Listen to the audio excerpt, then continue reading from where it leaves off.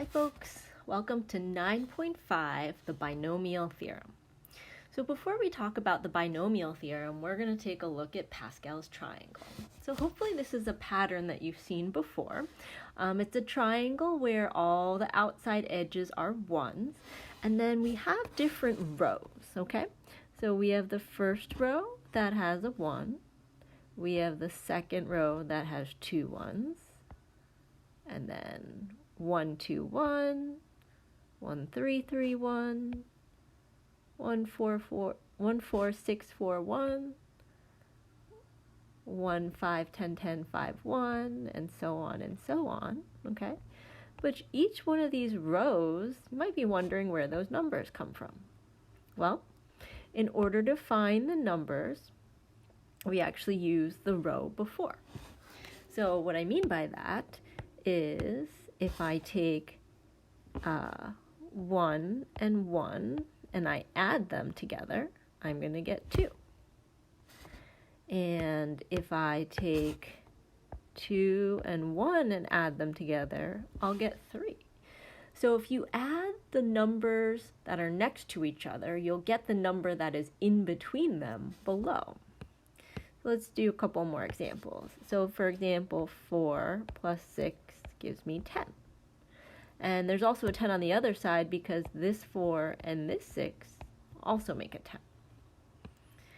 And let's do one more. So I've got 21 and 35, and when I add them together, I get 56, okay? So that's how Pascal's triangle works, but let's talk about why it might be important here. So in your academic career, you've seen binomials where we have something plus or minus something else, and you've learned how to square them and cube them and raise them to a power, okay? And in order to answer questions like a plus b squared, in the past you've done a plus b times a plus b, and then you FOIL that, and then you simplify it, and then you get this. And then to do the cube, you would have to do a plus b times a plus b times a plus b. So you'd have to do it 3 times. And then when you FOIL it and simplify it, you will get this term. Okay? And beyond that, it was very labor intensive to do a plus b to the 4th or a plus b to the 5th or even anything bigger than that, any power bigger than that. Okay? But let's take a look at the coefficients that we have here, okay? So let's use a pink.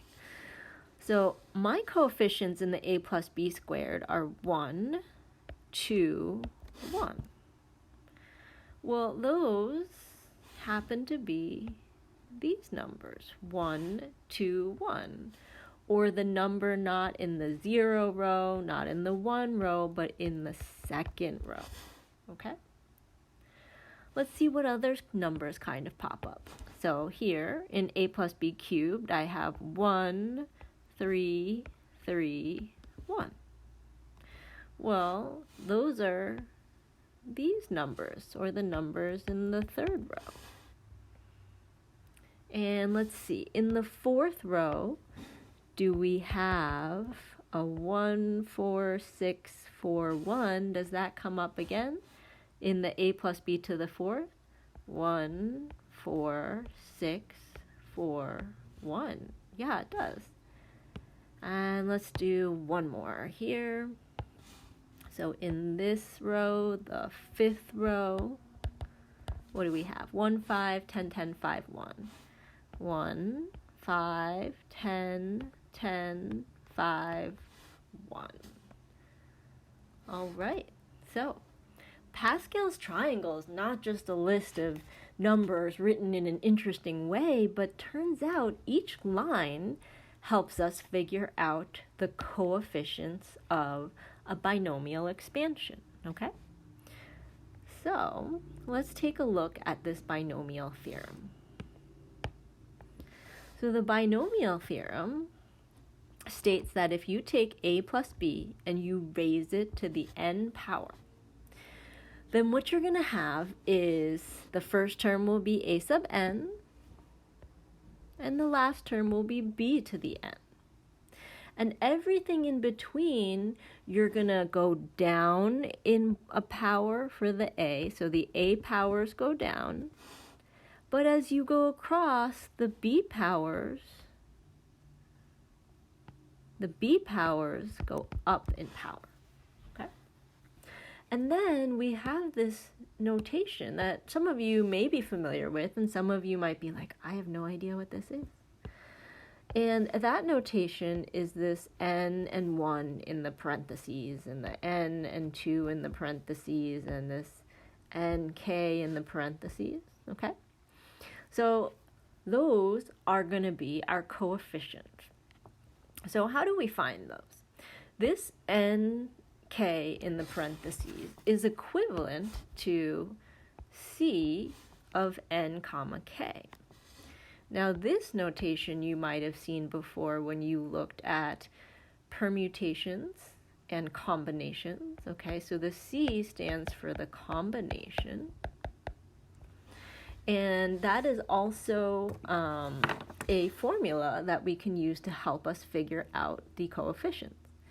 So in order to figure out the coefficients, we're going to take the two numbers, and the n, we're going to do n factorial, and then we'll put the n on the bottom as well. And for the second number, we're going to have k factorial, and then we're going to subtract it from the n before we do a factorial. So let's use this formula to take a look at use to find coefficients. Okay? Now, just as a quick review, this factorial symbol, or the exponential, or not the exponential, the exclamation point, okay? So exclamation point, that means factorial. And factorial looks something like this. So 2 factorial is the same as 2 times 1. And 3 factorial is the same as 3 times 2 times 1. And n factorial is going to be n times n minus 1 times n minus 2 times all the way until you get to 1. All right? So every time you multiply a new number, you're going to subtract 1 until you get all the way to 1, and then you stop. All right? Now, it might be important to also know some special factorials, which is 0 factorial equals 1, and 1 factorial also equals 1. Okay? So, let's take a look at these coefficients. So 5, 0, 5, 1, 5, 2, 5, 3, 5, 4, and 5, 5. And so all we're doing here is just using this formula and seeing what numbers come out. So when I put 5 in here, 5 is my n, that goes up here and in here. My k is 0, so that goes here and here. And then I simplify. So 5 factorial over 0 factorial times 5 factorial. And 5 factorial and 5 factorial, those reduce to 1, so I get an answer of 1. Let's see what happens when we do 5 choose 1. Well, 5 is still my n, so I have n up here and n in here. And my k is 1, and that goes here and here. Okay? Now, that reduces to 5 factorial over 1 factorial times 4 factorial. Now, instead of reaching for a calculator, I really want to encourage you to think about other ways to simplify this. So, for example, 5 factorial is 5 times 4 times 3 times 2 times 1. And then I divide that by 1 times 4 factorial. 4 times 3 times 2 times 1. Now, as soon as I write that out, I notice that everything reduces to 1 except for the 5. And that's how we get an answer of 5 here, okay? You can also split your factorial into 5 times 4 factorial and then just cancel out the factorials. That also works, okay? But I find sometimes when I write out all the terms, it actually makes it a little bit more clear for myself. All right, So let's move on. 5, choose 2 means I have a 5 on the top, 5 inside the parentheses, and then my k is 2, so I have a 2 factorial, and then 5 minus 2 factorial. Now if I take a look at my simplification, I can break 5 factorial into 5 times 4 times 3 factorial. And that's nice because the 3 factorial and the 3 factorial reduce. And then I can even do 4 and 2 reduced to 2, and then 5 times 2 gives me 10. Now I can keep going down all the other ones, but I'll notice that I get 1, 5, 10 for the first 3, and then the last 3 are 10, 5, 1, okay? So 1, 5, 10, 10, 5, 1. Well, those were the same numbers as we saw in this 5th row, 1, 5, 10, 10, 5, 1. Those were also the same coefficients we saw when we expanded a plus b to the 5th, okay? So if you have Pascal's triangle handy, you can just pull your coefficients right from the chart. But if you don't, then you can use these steps and this formula to help you find the coefficients.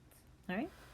So we're going to stop here for video number 1. Come on back for video number 2, where we'll actually apply this binomial expansion to 3 different examples. All right, see you there.